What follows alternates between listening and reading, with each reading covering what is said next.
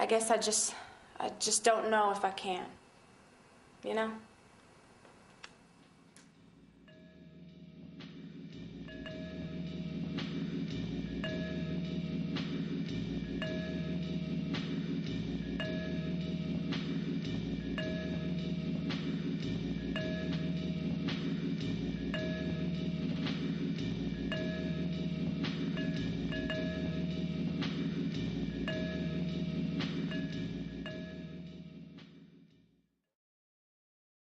Once you have a felony drug conviction, life becomes a lot more challenging.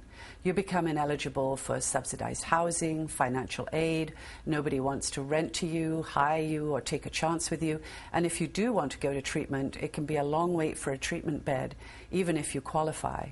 As a society, we've become a lot less interested in rehabilitation and much more efficient at incarceration, so that when people are released back to their neighborhoods, angrier, sicker, more pissed off than before, they've often got a whole new set of skills to facilitate and finance their drug habit, often to the detriment of their families and their communities.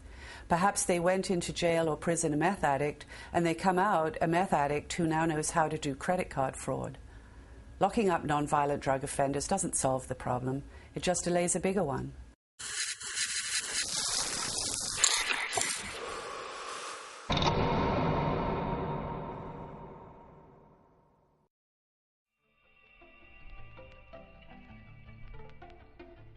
The criminal justice system kind of works on a carrot and stick, and the jail works as the stick, which is if you don't do what the judge says or don't do what the court wants you to do, there's a consequence to that. We've got a lot of stick. There's a fair amount of jail space. There's a fair amount of prison space. It's one of the largest growing industries in the United States. Where I see us having a problem is we don't have nearly as much carrot as we need. We don't have the incentives for changing behaviors, or with some folks providing them the way to do that. As Aristotle would have put it, the job of the legislator is to make his citizens better people. And quite frankly, I think that is what the criminal justice system ought to be trying to do.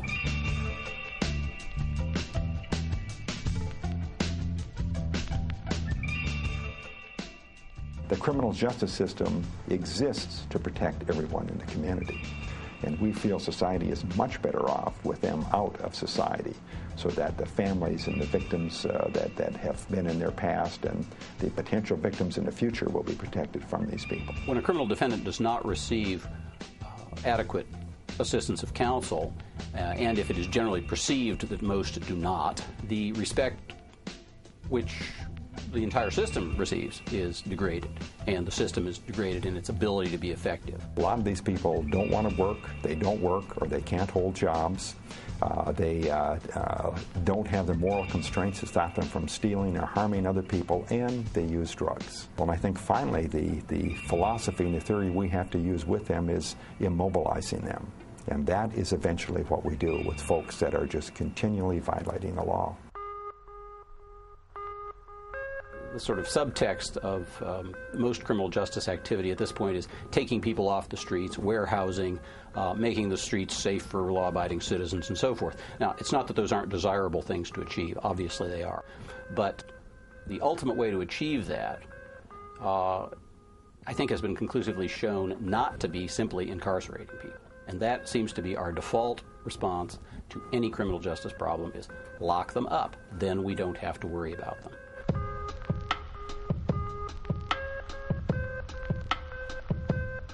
We know that by warehousing prisoners, they just come in and learn oftentimes how to be better inmates. Nationwide, and our jail's no different than that, about 75% of the offenders who have been in jail or who are in jail have been there before and will probably come back. Prison systems are almost as high. So you get a lot of the same folks rotating back through the systems. My argument would be if the system worked, they'd quit coming back. But instead, we perpetuate a system that is the working definition of insanity, which is doing the same thing and expecting a different result.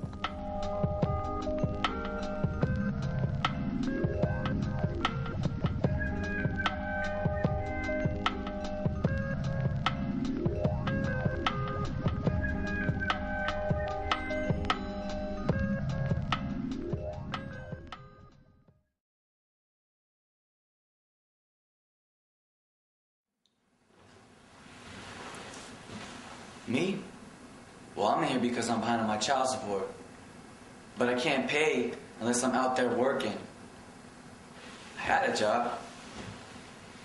I've been here a year. That's how long this warrant lasts. My family ain't got the money to bail me out, and even if they did, they wouldn't give it to me, and I don't really blame them. They know the chances of them getting their money back is pretty slim. You know, my girl's in here too. She was real bad. I mean, well, we're both still bad because we still sell drugs and do them, but, you know, no more robbing from my family and no more taking out of my kids' mouths. Stuff is terrible. I'm telling you, man, people will do anything and sell anything to get high. You know, growing up, I moved around a whole lot, bounced around a whole lot. Mom's was a coke dealer. I mean, I lived in this house where people were coming over all the time to get their drugs, you know, to get their fix and everything. You know, Mom sat us down at the table and she explained to us that the only reason why she sold drugs is so she could put food on the table and the clothes on our backs and all that. You know, she knew it wasn't right, but it's just the only way she knew how to take care of everything. You know, there was these young girls around the house all the time, not much older than my sister. And my mom said she would never sell her body for drugs, but she sold theirs. You know, I saw a whole lot of weird shit, man. I mean, I go to another room in the middle of the night, and there'd be people there screwing, shooting up, passed out, you name it. Me personally, well, I started smoking weed at age 13. Then I tried coke, and I've been hooked ever since.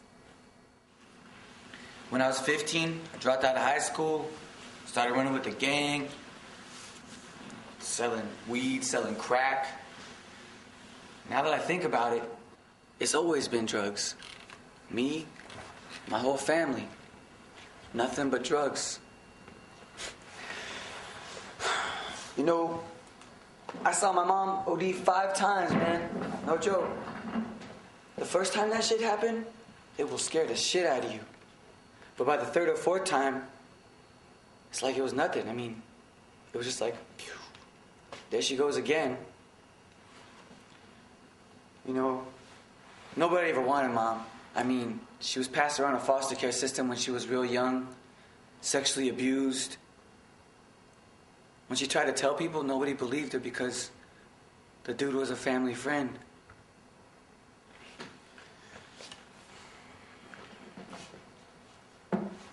Sometimes I sit and think about it, and I know I can't blame nobody for the way I am. Not my mom, my dad.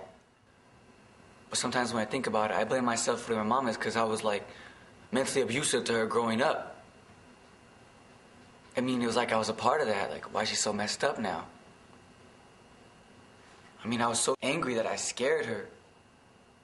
And it's like, I'm responsible for the way she is now. You know, my stepdad, I mean, he lived with us and he would beat me and my mom and my sisters. I mean, we would try to call the cops all the time, but they wouldn't do a goddamn thing. This one time, Mom tried to fight back and she stabbed him with a screwdriver and I got into it.